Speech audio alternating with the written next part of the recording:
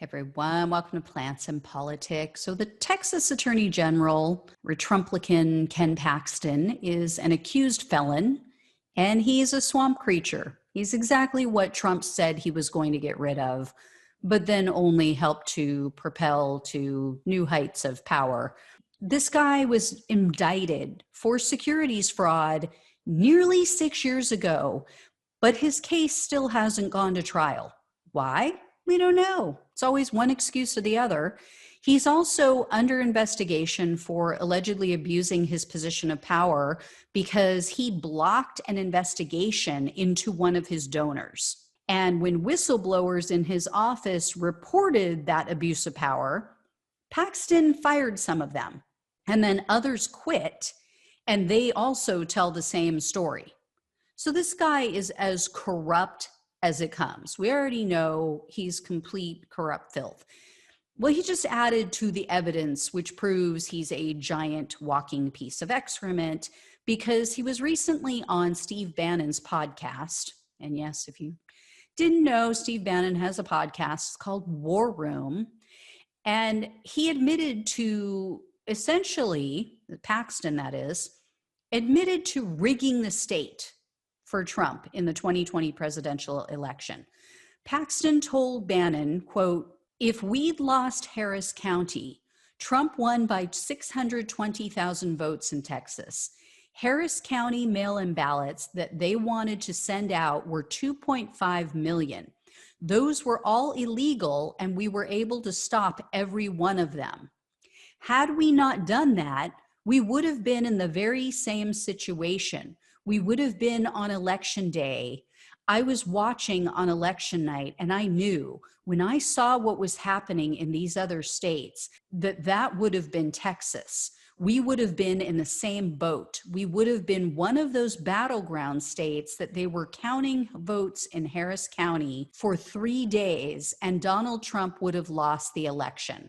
So apparently these people have forgotten that they can't just say the quiet part out loud anymore because Trump can't protect them.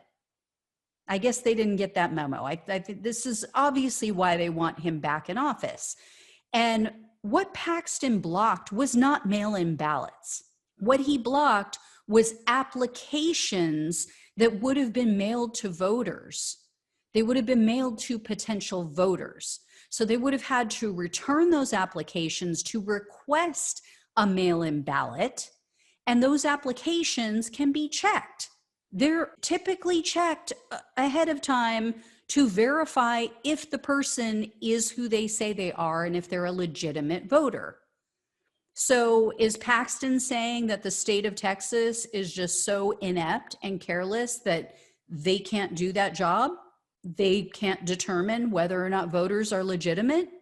I mean, I believe it with what went on recently in the state with people dying because of their power going out for days on end in one of the worst storms ever. So yeah, I think they are. As a government, the state of Texas is completely inept and they don't give a damn. Of course, we all know that his argument is a bunch of BS anyway. Texas already has some of the most stringent voting laws in the country.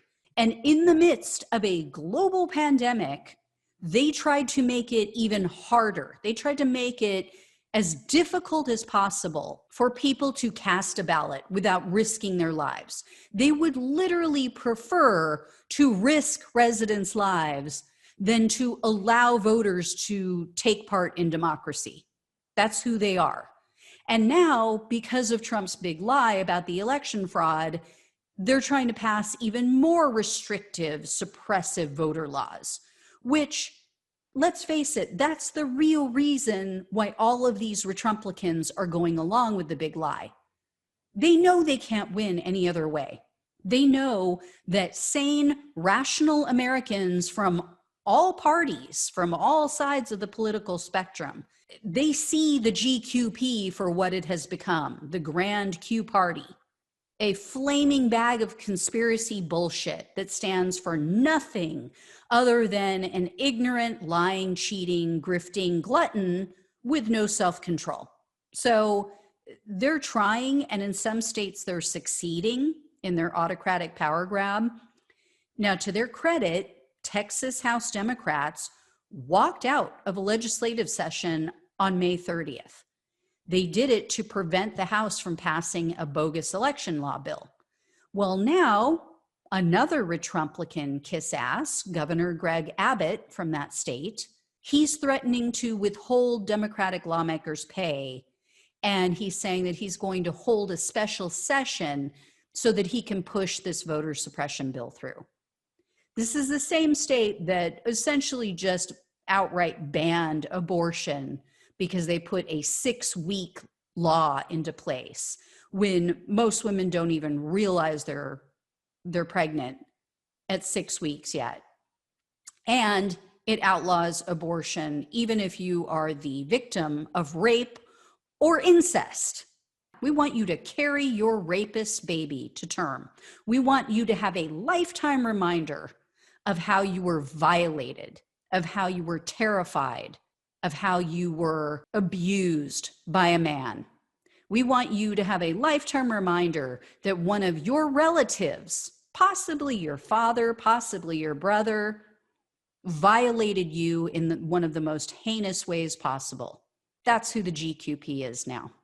So I'll keep you posted on all of this, but yeah, unfortunately, given that Republicans hold so many levers of power in the state of Texas still, it doesn't look good for this bill that they want to pass. You know, all we can hope is that in the midterms, people, like I said, rational, sane people from all over the country and all political parties will step up and finally say enough is enough. As always, thanks so much for watching and listening. Take care, and I'll talk with you soon.